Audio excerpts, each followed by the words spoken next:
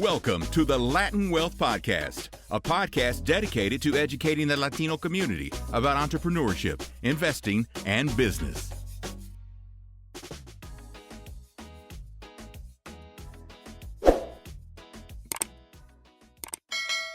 What's going on, Latin Wealth family? Welcome to another episode to Wealth Wednesday. If this is your first time tuning in, thank you. And shout out to all the new subscribers out there. We've been growing slowly by slowly. People have been engaging with the content. People have been liking the content a lot more lately. And we appreciate you guys. So if you guys are new, welcome to the Latin Wealth family. And for the day one supporters, as always, we appreciate y'all. We love y'all. We got a couple of dope topics that we're going to jump into today. Number one, um, if you guys have been listening for a while now, you know that we have spoken about positively about this country, El Salvador, and some of the moves that they've been making. And their recent Bitcoin adoption is paying off. And we're going to be diving into what that looks like. Just to give you a little hint, they have $93 million in unrealized profit because of their Bitcoin adoption. Again, we're going to break that down to let you guys know what that means. And also, Jenniffer González, a pro-statehood Trump ally, wins the Puerto Rican governor race. Now, what's interesting about this is we'll get into it. We'll stay tuned till later. We'll get into that later on. But before we do, look, we got a lot to talk about today. Jeremiah, how you feeling today? How you doing, man? You got the sweater on, getting cold out there in Cali. How Yeah, you man, feeling, man? Northern Cali. This is not what people think about when they think about No. California, but it is cold out here, man. But that's good. That's the weather Yeah. changing and everything. But I'm good, bro. I'm super excited to be here as always. Yeah, yeah, for sure. Okay, cool. So we're gonna dive into it today. El Salvador's move paying off. The Central American nation of El Salvador currently holds nearly almost 6,000 Bitcoin and sits over $93 million of unrealized profit. All right. The country currently holds, again, around 6,000 Bitcoin, and that is worth nearly $512 million at the time of this recording. So all that Bitcoin, it's worth about $512 million. And since they bought the Bitcoin, they have generated $93 million of unrealized profit. All right. So they've been doing really well, doing very well. One of the first countries to really implement Bitcoin and make it a part of their economy. And, we've spoken about President Bukele multiple times on this podcast.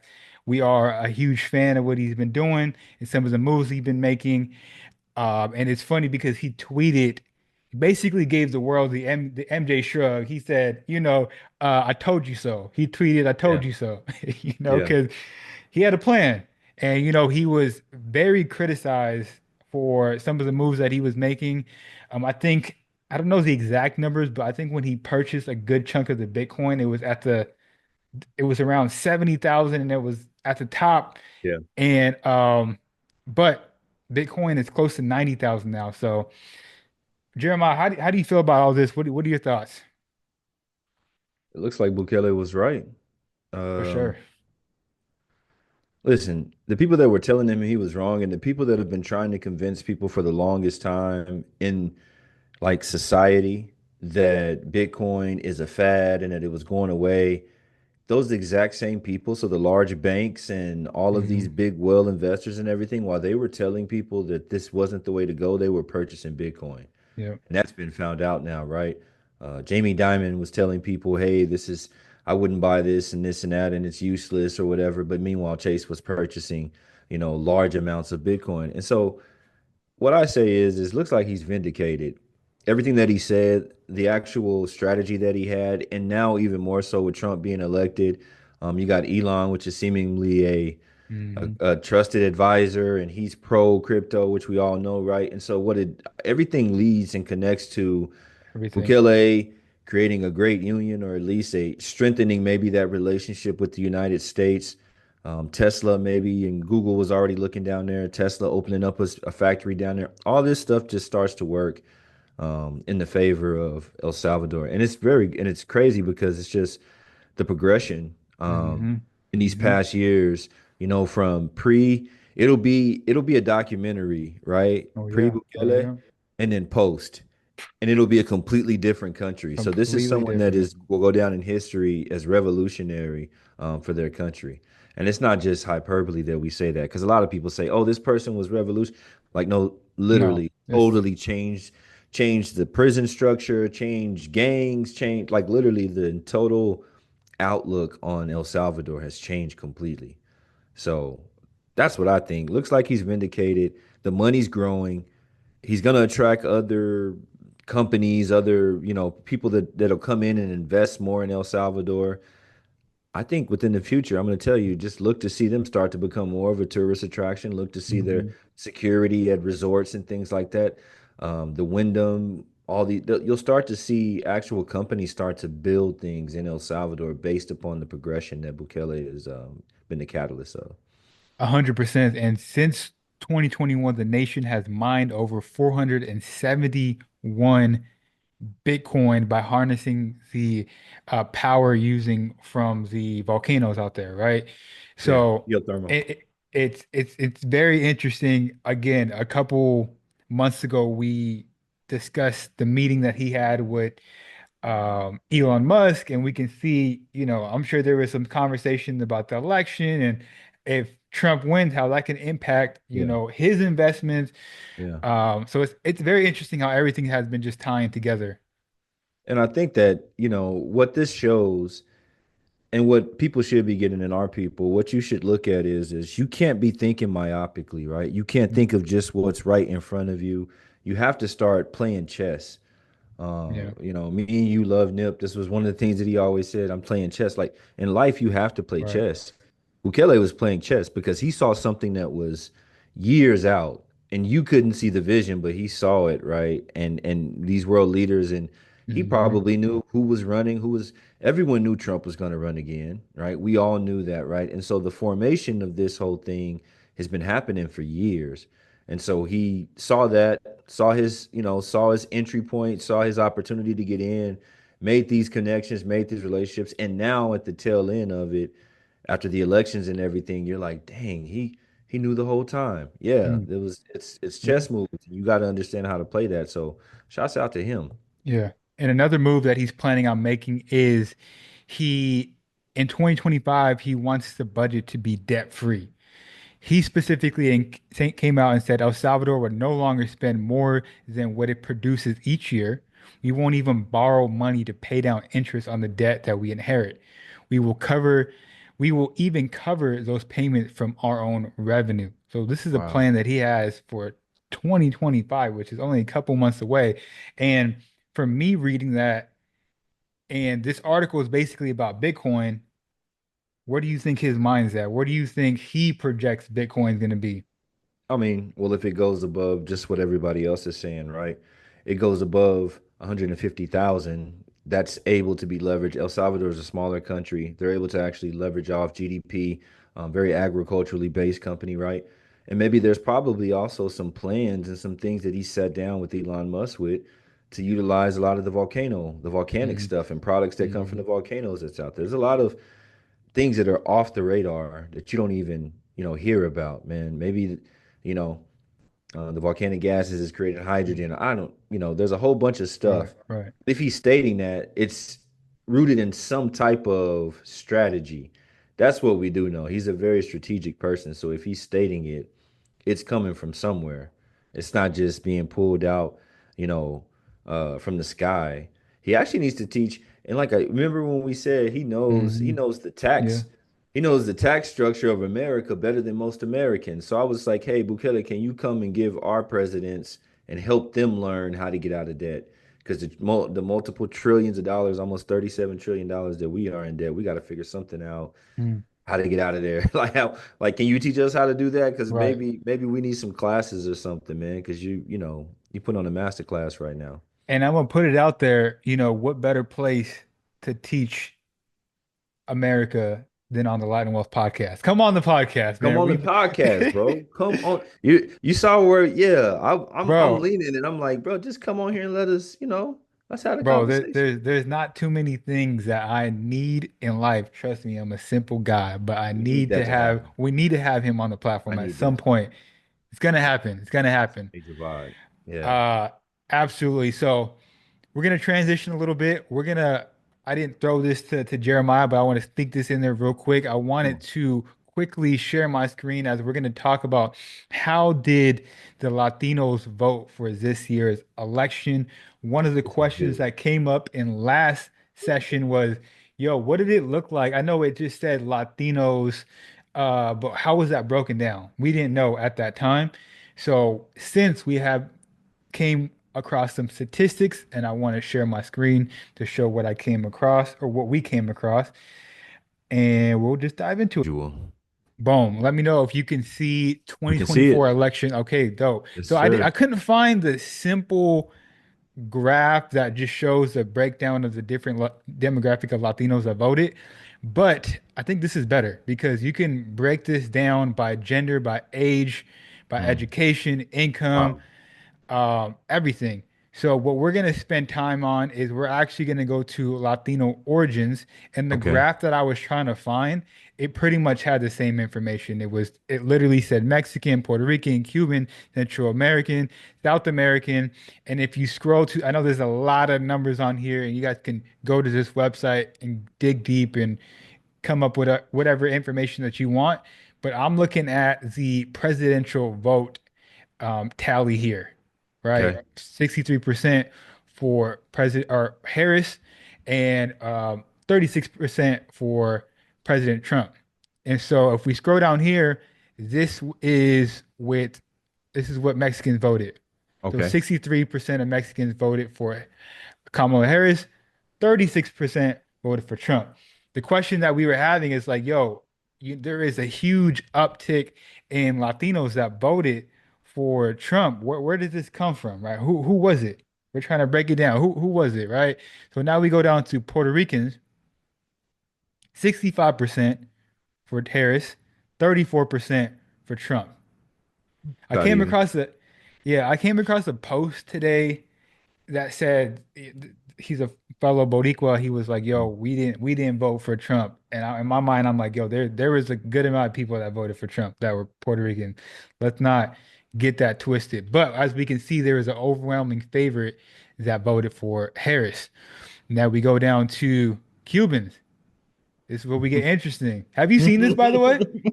Have you seen this? No, I don't have to see it because I already know how they vote. I already know how they vote, man.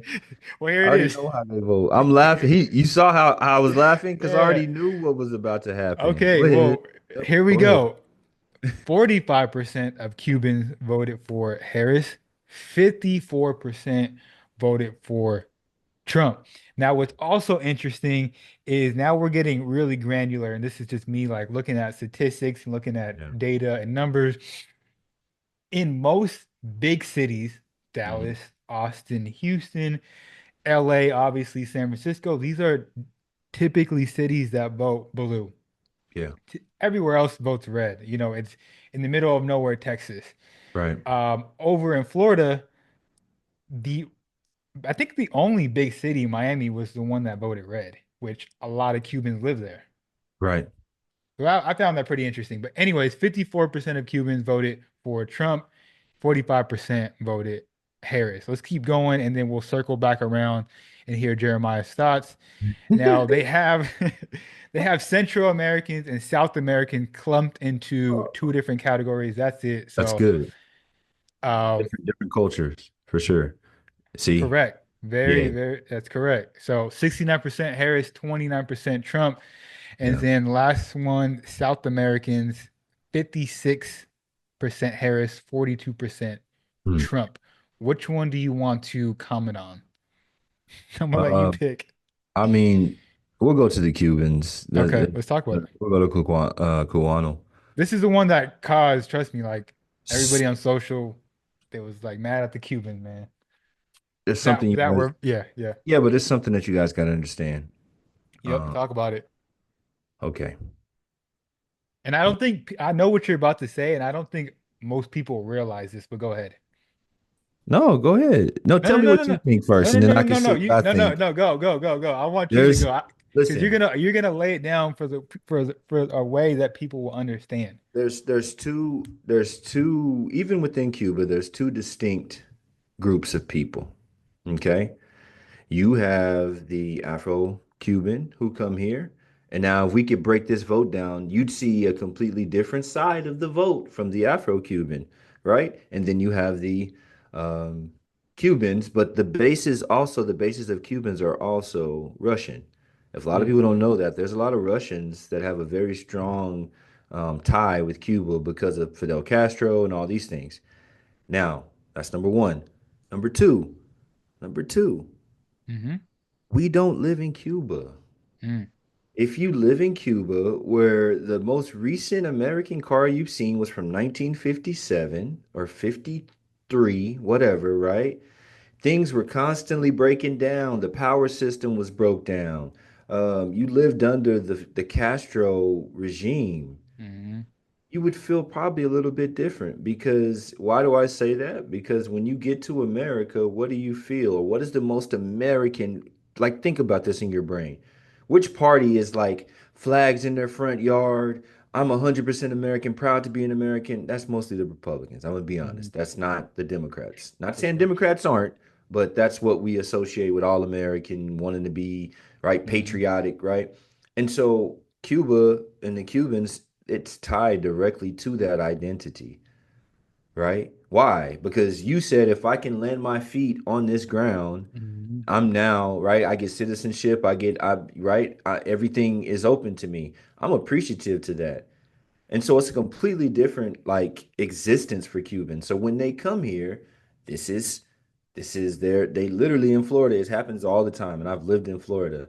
By the second generation, those people are Republicans and they're stark mm, Republicans.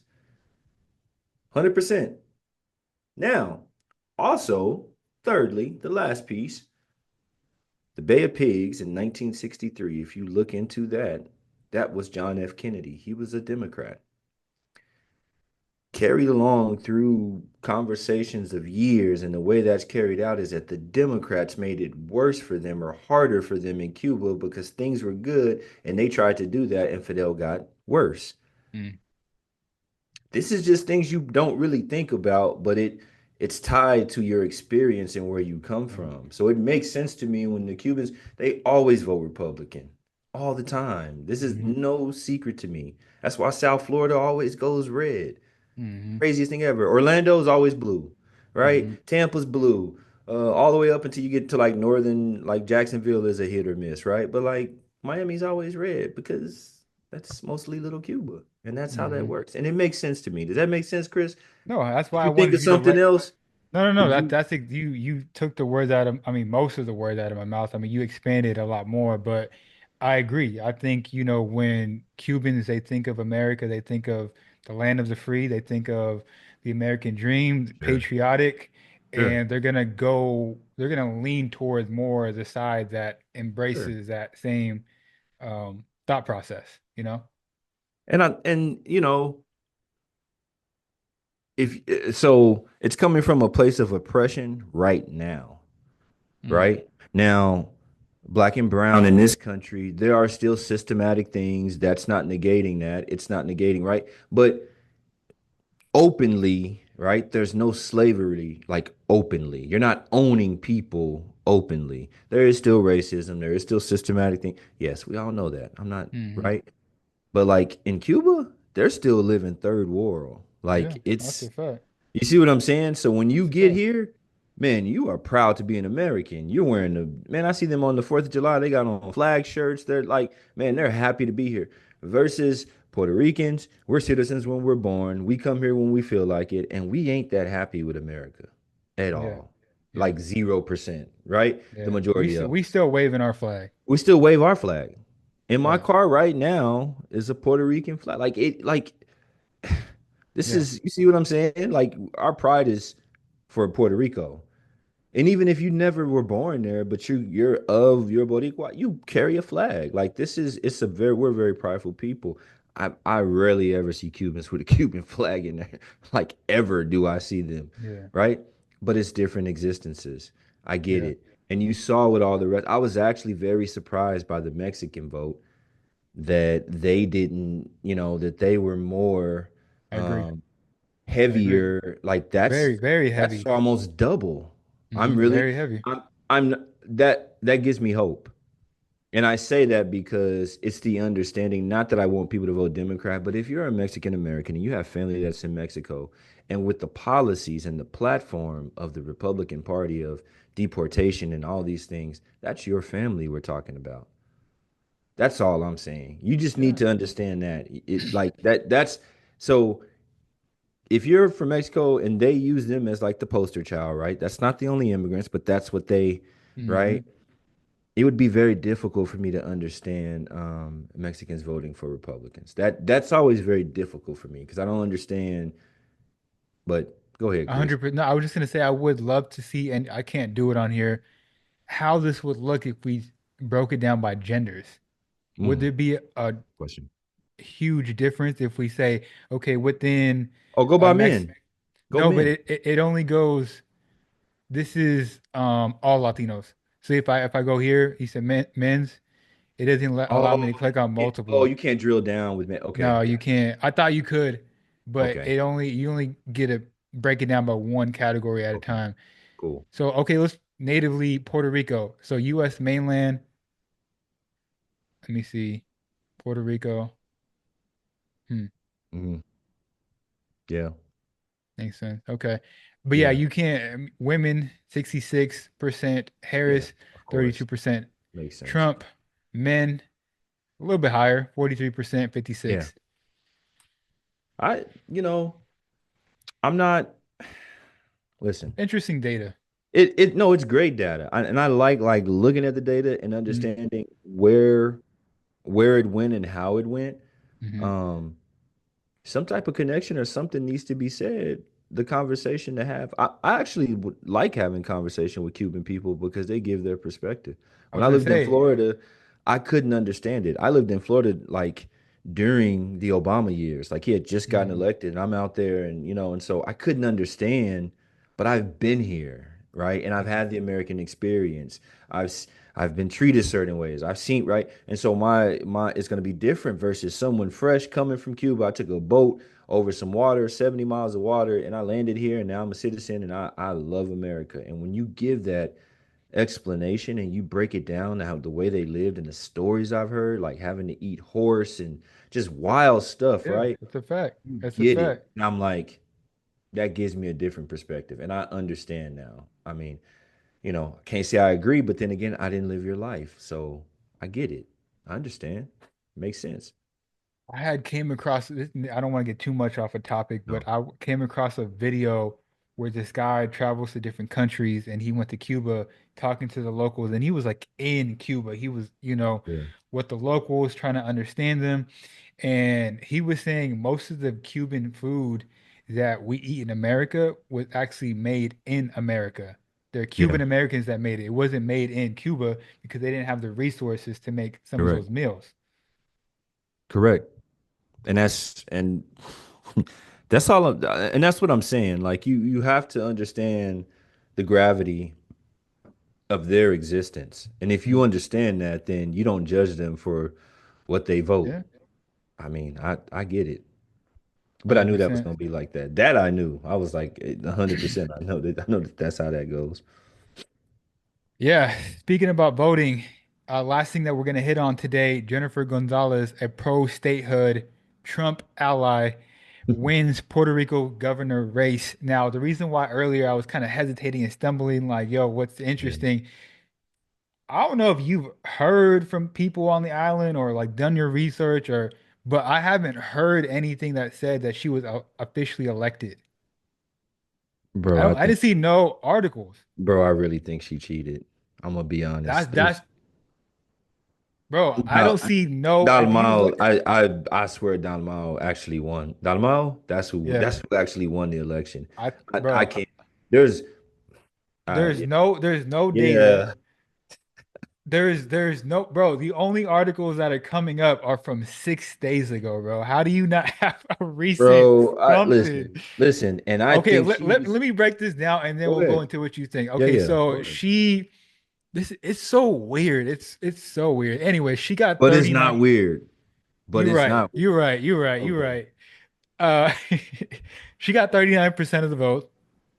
What else are we? Okay, so this it's crazy because this was happening the same day as the US election. So there Yeah, was and they could care less about Harris for and sure. Trump. I know I For need y'all to sure. understand that. In Puerto Rico, nobody cared about No, Harris no. at That all. that wasn't the Yeah, talk of the, yeah, no, at for all. sure. As I said, she's a member of the Puerto Rican pro-statehood New Progressive Party. PNP. She's also the first Republican elected governor in the territory since 2008. Hmm. Um, the Puerto Rican Independent Party, they got about 30% of the vote, which is crazy because I think the last time they were, I think it was up from like 4%. At one point, they were only Yeah, getting 4% of the vote, 2 yeah. to 4%. The popular Democratic Party that supports the island status as a U.S. territory only Commonwealth, got status about, quo. Commonwealth only got about 21% of the votes. And so, like I said, as I'm digging around, we like to give you guys the facts. I'm trying to find an article that says, yo, she's the one. It's like expected to be the one. Y'all following what I'm saying? Go ahead, Jeremiah. If you're in Puerto Rico, right, and maybe you guys listen to us. Hopefully Dean will repost this so you guys will listen. Try to get Let me them on. explain. Let me explain something. Yeah. The party that is for independence, the party that is for the religious group, the party for status quo. You want me to break this down to you? You guys all have very similar belief system. It's literally like Judaism, Christianity, and being Islam. It's all God. You may call them something different, but it's all God at the basis of the belief. And I say that because you guys probably need to get together. You split the vote. I don't know if you noticed that, but you had about 60% of the vote was you guys. Maybe if you somehow could come together and just Mm, agree to run on one platform and figure something out where you can work together, you would have had 60% of the vote and you would have won. mm, I'm just giving, you see that? So what happens mm. is you're distracted and there's so many avenues to go Yeah. in, it splits the vote. And so the majority of the minority, the majority of who got the most Took the votes was best. her, right? Because you guys can't get together and have a conversation and figure it out. But what it says is the majority of Puerto Rico didn't want her. Do you, Right. No, well, no, they didn't. 100%. No, they didn't. It was 60%. It wasn't 51% her vote. It was 60% the something else other than her. Isn't that crazy? That's what I'm saying. So you need to like Puerto Rico needs to get together. You guys need to sit and have a conversation and figure it out. You need to bring it together somehow, consolidate the vote, and get elected, and you guys work together. Maybe some of the cabinet comes from different, different parties or whatever. You guys got to come together and make a coalition, and then you split it up, and Mm. make it work. Because this is crazy. Like she got only 30 something 39%. percent of the vote. Why are you can't be the governor. You don't even got half the vote. You don't got half the votes, and then there's also a fourth party. I didn't write down the name of it, but they only got 4% of the votes. And then an article I was looking at, again, it was from 6 days ago, and it said that they only counted 91% of the votes. So there's still 9% just floating out there that we don't know. Come I on, don't know. come on, I'm trying man. to do my research. Okay, what is the Independence Party? They were at 31%. So Independent Party was 30%. She Popular was at what? Democratic, 39? she was at 39, yeah. So they tied? So if No, that no, other no. 9%, It, if it you goes see to no, no, independent, no. You see oh, what I'm I saying? see. Oh, okay, I see what you're saying. You I see see what what you're I'm saying. saying? I see what So you're saying. you don't have 9% I see. because you tied, then you Okay, I gotta see have what a you're saying. runoff. you do the runoff and you know you're gonna lose because what I just said is what exactly would happen if there were only two parties in the vote and they recount it for the entire island of Puerto Rico. Should get The smacked. 60% is gonna vote for the other people, so you lose and you know you're gonna lose. That's a definite. So you Man, that's don't crazy. find 9% of the votes. So only 91% turn up. I what am I saying something that's No, I'm it's just keeping it 100, crazy. man. This is what No, you're right. happens. This is Yeah, Puerto you're right. Rico. This is what we talk about. This is the corruption at the highest level. This is what happens. Hmm. This is what happens. You just don't find votes, right? 9%, which is strangely the difference between The you and the other difference. group, which would have left them at 39 and you at 39. Then you got to do a runoff and you know you're going to lose. So just strangely, you can't find 9% of the votes of the ballots. I don't know. I don't know. It's insane. I don't know. Maybe I'm reaching for straws. I don't No, no, think so. no. I don't think you're reaching at all. I'm I pretty think sure it that's makes the a lot of way. sense to I'm me. pretty sure that's what's happening. I'm almost definite that's what's happening. The corruption's crazy in Puerto Rico, It's and that doesn't look insane. good on us guys. Like it really Hmm. doesn't. Like even here in the United States, like you got to count the votes. It may take us 5 6 days Yeah. with hanging Chad and pregnant Chad and all that other stuff. It was in 2000, but like you got to count the votes. Like it has like this like that has to be done. You can't just lose. Or maybe they do here too. I don't know. But I'm just saying, they admittedly said like we've only counted 91% of the votes. And we're just gonna stay there. We don't it doesn't matter. Has she been sworn in? I- Can't buy nothing. that's what I'm saying. Bro, it's yeah, this is madness. And anybody that's watching this, guys, if you're in Puerto Rico, guys, comment and let us know like Please, please, what and because I just got back, but like I don't know. I'm gonna ask Jason what's going on because it's kind of like I please don't do. yeah. Man, this is crazy. Do you no, I don't even want to put that out there. I don't No, want to put go no. ahead. So, Jason, what would but a company like Butricity, what would they prefer? So, not to invade confidences. Um, Yeah, that's what I'm saying. A company like so them, as similar a to so them. as a company, and if you're viewing things, and I didn't ask this question, I'm going to state it as me being a business analyst because I do analyze businesses. As a business analyst, Trump benefits them. Now, Harris would have benefited more because more the blue is more renewable energy, global warming, Mhm, right? But remember, Elon and Trump have a right, and so that's probably going to work more mhm, in Batricity's favor with the way that's lining out. If Elon wasn't in the picture, then yeah, clearly Harris. mhm. Um, but yeah, that's how that's going to work now because Elon is around. Yeah, 100%. And if you guys didn't know, we did a interview with Jason from Butricity. They're offering a renewable energy solution to Puerto Rico actively right now. And a lot of people don't know about it. It's a That has great, been mandated by 2050. You have to have it done by the end of yep. 2025. 40% of the island has to be completed, running on renewable energy. Yeah. So if you guys want to check out that conversation, that episode, phenomenal episode, a lot of great information in that episode. We'll link it down below. Look, I think we spoke about a lot today. This was a fun episode. If you are, look, we want to hear from you guys as well, and we've been getting comments and whatnot. If you're Puerto Rican, we want to hear from you guys. If you're Cuban, we want to hear your perspective. If you're from El Salvador, we want to hear your perspective on the things that we talked about. If we don't know what we're talking about and you have a different thought, please let us know down in the comment section. And we appreciate y'all. The people that say negative things, the people that say positive things, we appreciate y'all checking out the platform. And Jeremiah, anything else before we get out of here? No, I'm just going to say we appreciate the energy. We appreciate this. Obviously, the growth that we've had. I think the culmination of all that was us doing the Latin Wealth Summit. That was just a phenomenal time. Again, I know we already spoke on it, but we Yeah. just continue to see the support growing for Latin Wealth. We're continuing to grow, build partnerships. But we couldn't do it without you guys. Thank you for watching. Thank you for sharing. Thank you for caring. Thank you for your good, bad comments, indifferent. Appreciate it.